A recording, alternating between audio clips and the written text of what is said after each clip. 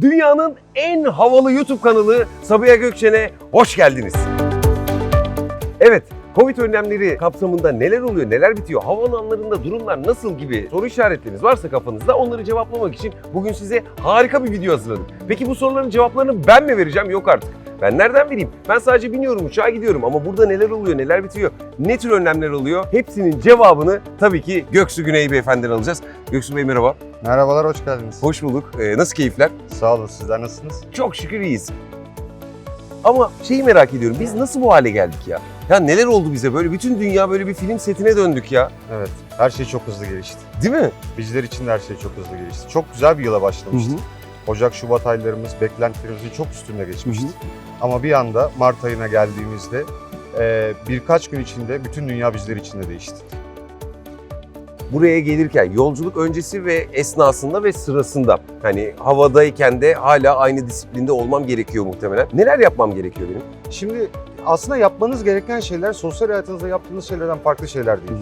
Sosyal mesafemize tabii ki dikkat edeceğiz. Hatta sosyal mesafe yerine isterseniz fiziki mesafeden bahsedelim. Çünkü sosyal olarak birbirimizden uzaklaşmadık. Uzaklaşmamız fiziki olması gerekiyordu. Bunun yanında kendimizi korumamız lazım. Mutlaka maske takmamız lazım. Dokunduğunuz alanlarda dikkat edeceğiz ve sonrasında sürekli olarak ellerimizi dezenfekte edeceğiz. Hem yıkayacağız hem dezenfektanlarla dezenfekte edeceğiz ellerimizi. Bunun dışında havalimanlarına özel tabii birkaç hususumuz belirdi. Bunlardan bir tanesi süreçlerimiz arttı. Çünkü artık terminal binasının giriş noktalarında termal kameralarla ısı ölçümleri yapıyoruz. Bu da haliyle bir sıralanma gerektiriyor. Ayrıca yolcu olmayan haricindeki vatandaşları terminal binalarının içine alamıyoruz. Siz ister uğurlayıcı olun, ister karşılayıcı olun. Artık yolcunuzdan terminal önünde ayrılmanız gerekiyor veya yolcunuzu terminal önünde beklemeniz gerekiyor. Harika. Bu sürelerimizi biraz uzattı. Ama ilave olarak da hani hepimizin sonuçta sürekli yolculuk yapıyoruz, seyahat ediyoruz. Muhtemelen siz de aynısını yapıyorsunuzdur. Evet. Maksimum her şeyi beraber bir kabin bagajının içine tıkıştırıp bagaj beklemeyeyim, hızlı hareket edeyim diyorsunuz. Artık bu bir Yok hayal. canım ben yapmıyorum. Artık bu bir hayal. Tabii öyle mi? Kabin bagajıyla uçağa alım yok. Çok daha küçük sırt çantaları, hatta şöyle söyleyeyim, ölçüleri önünüzdeki koltuğun altına sığacak şekilde olan küçüklükteki sırt çantaları dışında daha büyük çantaları kabine almıyoruz. Ama bakın burada bir konuya daha değinmek lazım. Bizim burada yaptığımız her şey önlemdir, bilgilendirmedir. Biz haliyle hiç kimseye fiziki olarak bir müdahalede bulunabilecek yetkide değiliz. Burada bizim sahada gördüğünüz yer işaretlemeleri, her bir noktada gördüğünüz dezenfektan üniteleri, termal kameralar, yine terminal içinde yaptığımız anonslar, bunlar bilgilendirme ve insanların kendilerini önemsemeleri gerektiğini söyleyen mesajlar. Evet. Bizim bu yeni normal dediğimiz dönemdeki mottomuz sizi önemsiyoruz. Ama buna bir şey daha eklemek lazım. Onların da kendilerini önemsemeleri gerekiyor. Evet. Peki şeyi çok merak ediyorum ben. Kişisel meraklarım bunlar benim hep.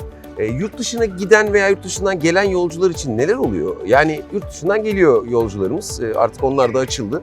Ne tür prosedürler uygulanıyor burada? Haziran'ın birinci haftası itibariyle aslında Türkiye diğer ülkelere sınırlarını açtı.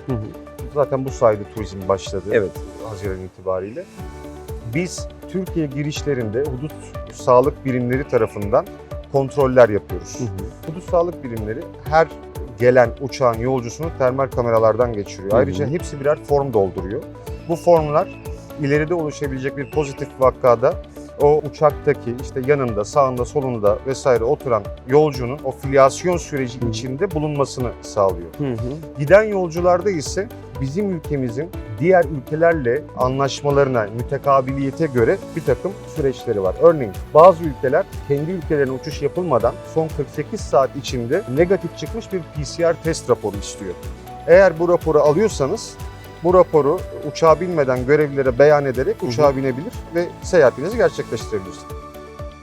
Yolcularımız buraya geldiler. Uçuş için hazırlıklarını yapmışlar. Tüm bahsettiğimiz tüm önlemleri de aldılar. Peki burada bir test uygulanıyor mu onlara? Evet, burada da bir test ünitemiz var. Dış hatlar gelen yolcu bekleme salonu dediğimiz bölgede kurulmuş bir test ünitemiz var. Yolcularımız burada testlerini yaptırabilirler. Ama yalnız tekrar söylüyorum, hani konuşmamızın başında da ifade ettiğim gibi süreçlerimiz uzadığı için artık eskisi gibi dış hat yolcuları 2 saat önce gelsin en az, iç hat yolcuları en az 1 saat önce gelsin diyemiyoruz. Evet. Yolcularımızın çok daha erken gelmesi gerekiyor. Fakat Sabiha Gökçen olarak biz bir adım öteye nasıl gittik sorusunun cevabı şu: biz test merkezimizde sistemimizde yolcularımıza 3 saat içinde test sonuçlarını vermeyi garanti ediyoruz. Bu durumda yurt dışına çıkacak yolcularımızın ortalama 4-4,5 saat önce havalimanına gelmesi durumunda testini burada yaptırıp test sonucunu alıp uçağa binebilirler.